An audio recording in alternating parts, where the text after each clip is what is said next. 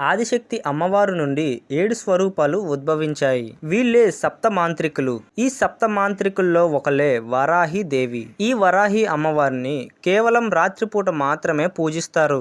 ఈ అమ్మవారి ఆలయాలు కూడా పగటిపూట మూసివేయబడి ఉంటాయి.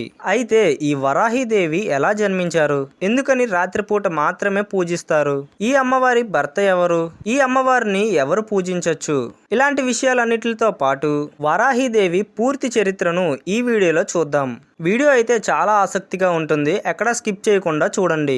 వరాహిదేవి గురించి మన హిందూ గ్రంథాల్లో చాలా పురాణాల్లో ఉన్నది. వాటిల్లో దేవి భాగవత పురాణంలో రక్తబీజుడు అనే రాక్షసుడు దేవుళ్లను మనుషులను సంహరిస్తూ రెచ్చిపోతూ ఉంటాడు. అప్పుడు దేవతలందరూ పార్వతీదేవిని సహాయం కోరగా పార్వతీదేవి దుర్గామాత రూపంలోకి మారి రక్తబీజుడితో యుద్ధం చేయడానికి బయలుదేరుతుంది. అయితే దుర్గామాత రక్తబీజుడితో యుద్ధం చేస్తున్నప్పుడు రక్తబీజుడిని గాయపరచడం వల్ల రక్తబీజుడి శరీరం నుండి రక్తపు బొట్టు నేల మీద పడుతుంది. కానీ రక్తబీజుడికి ఒక వరం ఉంది. అదేమిటంటే తన రక్తపు బొట్టు నేల మీద పడిన ప్రతిసారి మరొక రక్తబీజుడు ఉద్భవిస్తాడు. దీని వలన రక్తబీజుడిని ఎంతమంది చంపాలని చూసినా రక్తబీజుడు రక్తం నుండి వేల మంది రాక్షసులు పుట్టుకొచ్చేవారు. ఈ విధంగా రక్తబీజుడిని చంపడం అసాధ్యమైంది. అప్పుడు రక్తబీజుడి యొక్క సంహరణ కోసం దుర్గాదేవి తన దేహం నుండి సప్త మాంత్రికులను పుట్టిస్తుంది. సప్త మాంత్రికులు అంటే 7 అమ్మవారులు. ఈ 7 అమ్మవారులు కూడా దుర్గాదేవి యొక్క స్వరూపాలే. కానీ ఈ సప్త మాంత్రికులకు తాంత్రిక శక్తులైతే ఉంటాయి. ఈ సప్త మాంత్రికులు ఎవరంటే బ్రహ్మాని, వైష్ణవి, మహేశ్వరి, ఇంద్రాణి, కౌమారి, వారాహి, ఇంకా చాముండి. అప్పుడు ఈ 7 అవతారాలు కూడా రక్తబీజుణ్ణి సంహరించడంలో సహాయపడ్డారు. అయితే ఈ వరాహిదేవి రక్తబీజుణ్ణి సంహరించేందుకు చాలా ఉగ్రమైన రూపంని ధరించి శత్రువుల యొక్క శవాల మీద కూర్చొని తన పదునైన దంతాలతో అందరు రాక్షసుల్ని సంహరిస్తూ ఉన్నది. ఆ తరువాత రక్తబీజుడు దుర్గాదేవితో ద్వంద్వ యుద్ధానికి పిలవడంతో ఈ 7 స్వరూపాలు కూడా తిరిగి దుర్గాదేవిలో కలిసిపోవడంతో రక్తబీజుణ్ణి సంహరించినట్టు దేవి భాగవతంలో ఉంది. ఈ విధంగా జరిగిన తర్వాత భాగవత పురాణంలో హిరణ్యాక్షుడు అనే రాక్షసుడు భూదేవిని చాలా చిత్రహింసలు పెడతాడు. కానీ భూదేవిని చిత్రహింసలు పెట్టడానికి ముందే హిరణ్యాక్షుడు వారాహిదేవి గురించి ఎంతో కఠోరమైన తపస్సు చేసి వారాహిదేవిని ప్రసన్నం చేసుకున్నాడు. అప్పుడు వారాహి అమ్మవారు హిరణ్యాక్షుణ్ణి ఏం వరం కావాలని అడిగితే హిరణ్యాక్షుడు అమరత్వంను వరంగా కోరుకుంటాడు. కానీ వారాహి అమ్మవారు మాత్రం అమరత్వంను ఇవ్వడం జరగదని గట్టిగా చెప్తుంది. దానికి హిరణ్యాక్షుడు తెలివిగా ఆలోచించి అమ్మా, నువ్వు తప్ప ఇంకెవరైనా నన్ను చంపడానికి వీల్లేదు, ఈ విధంగా వరం కోరుకుంటాడు. దానికి వారాహి అమ్మవారు సరే అని ఒప్పుకుంటుంది. కానీ వెంటనే నేను నీ భక్తుణ్ణి కాబట్టి నువ్వు కూడా నన్ను చంపకూడదు అని చెప్తాడు. దానికి కూడా వారాహి అమ్మవారు సరే అని చెప్పి అక్కడి నుండి వెళ్ళిపోతారు. ఇంకా ఈ వరాన్నే అండగా చేసుకుని హిరణ్యాక్షుడు విచ్చలవిడిగా రెచ్చిపోయి భూమాతను చిత్రహింసలు పెడుతూ ఉంటాడు.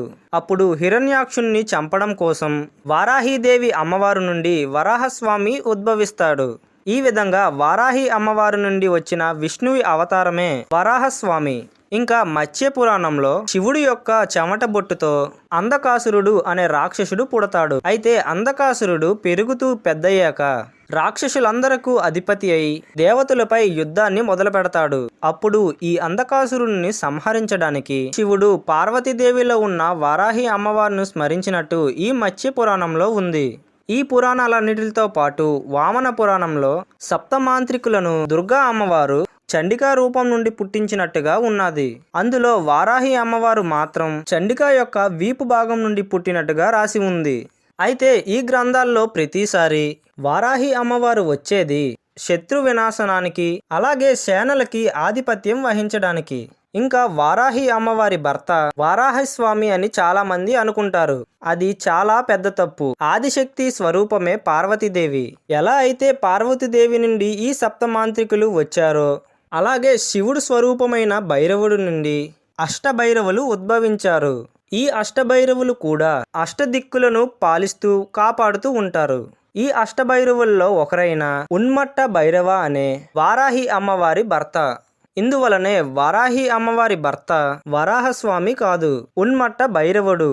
లలితా సహస్రనామంలో ఈ స్తోత్రమును చూడండి. గిరిచక్ర రథారూఢ దండనాథ పురస్కృత. ఇందులో గిరి అంటే వరాహములచే లాగబడుతున్న, చక్ర రథ అంటే చక్రములు గల రథాన్ని, బారూఢ అంటే ఎక్కిన అని అర్థం. దండనాథ పురస్కృత అంటే దండము చేతియందు ఎల్లప్పుడూ గల వరాహీదేవి చేత సేవించబడుతున్నట్టిది అని అర్థం. ఇదే లలితా సహస్రనామంలో మరొక చోట విశుక ప్రాణహరణ వారాహి వీర్యనందిత అని ఉంటుంది. దీన్ని బట్టి విశంగుడు అనే అసురుడును వారాహీదేవి సంహరించడంతో లలితాదేవి చాలా సంతోషించింది అని అర్థం. లలితాదేవి సైన్యంలో రథ, అశ్వ, గజ సైన్యాలకు అధిపతిగా వారాహీదేవి ఉంటుంది. ఇలా చాలా శక్తివంతమైన అమ్మవారు వారాహీదేవి. కానీ వారాహీదేవికి ఆలయాలు మాత్రం చాలా అరుదుగా ఉంటాయి. ఆ ఆలయాల్లో కూడా దర్శనం కేవలం 2-3 గంటలు మాత్రమే ఉంటుంది. అది కూడా రాత్రివేళ గాని తెల్లవారుజామున మాత్రమే ఉంటుంది. ఎందుకంటే మిగిలిన సమయంలో వారాహి అమ్మవారు గ్రామ సంచరణ చేస్తూ దుష్టశక్తుల నుండి కాపాడుతూ ఉంటుంది. ఇంకా ఆఖరిగా కాశీలో ఉన్న ఉగ్ర వారాహి ఆలయం గురించి చెప్తాను. ఈ ఆలయంలో అమ్మవారు పాతాళంలో ఉంటారు. ఆ విగ్రహం కూడా చాలా పెద్దది. కానీ ఈ అమ్మవారి విగ్రహాన్ని భక్తులు నేరుగా చూసేందుకు అక్కడ వీలు కాదు. ఆ ఆలయం కూడా కేవలం 2-3 గంటల్లోనే మూసేస్తారు. ఇంకా ఆ సమయంలో భక్తులు అమ్మవారును దర్శించుకోవడానికి దేవస్థానం వాళ్ళు ఏర్పాటు చేసిన 2 రంధ్రాల గుండా మాత్రమే చూడాలి. ఎలానో ఈ ఆలయం గురించి చెప్పాను కనుక ఈ ఆలయంలో జరిగిన ఒక సంఘటన గురించి మీకు చెప్తాను. భక్తులెవరూ ఆ అమ్మవారి విగ్రహం వద్దకు నేరుగా వెళ్లరు. కానీ ఒక నూతన దంపతుల జంట అమ్మవారి విగ్రహాన్ని నేరుగా దర్శించుకోవాలని అర్చకుడితో గొడవ పడతారు. అప్పటికి అర్చకుడు చెప్తూనే ఉంటాడు, అమ్మవారు ఇక్కడ చాలా ఉగ్ర స్వరూపంలో ఉంటారు. ఆ శక్తిని మేమే తట్టుకోలేము. కాబట్టి మీరు అక్కడికి వెళ్ళకూడదు అని అంటారు. కానీ ఈ జంట వినకుండా గొడవ పడి మరీ పాతాళంలో ఉన్న అమ్మవారి విగ్రహాన్ని చూడడానికి వెళ్ళారు. కానీ అక్కడికి వెళ్ళిన కొద్ది క్షణాలలోనే ఆ జంట అక్కడే మరణించారు. దీన్ని చాలా మంది పుకారు అని అంటారు. కానీ నేను చాలా ప్రదేశాలలో ఇది విన్నాను, ఇంకా చదివాను. ఇందువలనే నేను మీకు ఈ విషయాన్ని చెప్పాను. ఈ వీడియో కనుక మీకు నచ్చినట్లయితే లైక్ చేసి ఈ వీడియోపై మీ ఒపీనియన్ని కామెంట్ బాక్స్లో మాతో షేర్ చేసుకోండి. ఇలాంటి మరిన్ని వీడియోస్ కోసం మన ఛానల్ని సబ్స్క్రైబ్ కూడా చేసుకోండి. Thank you.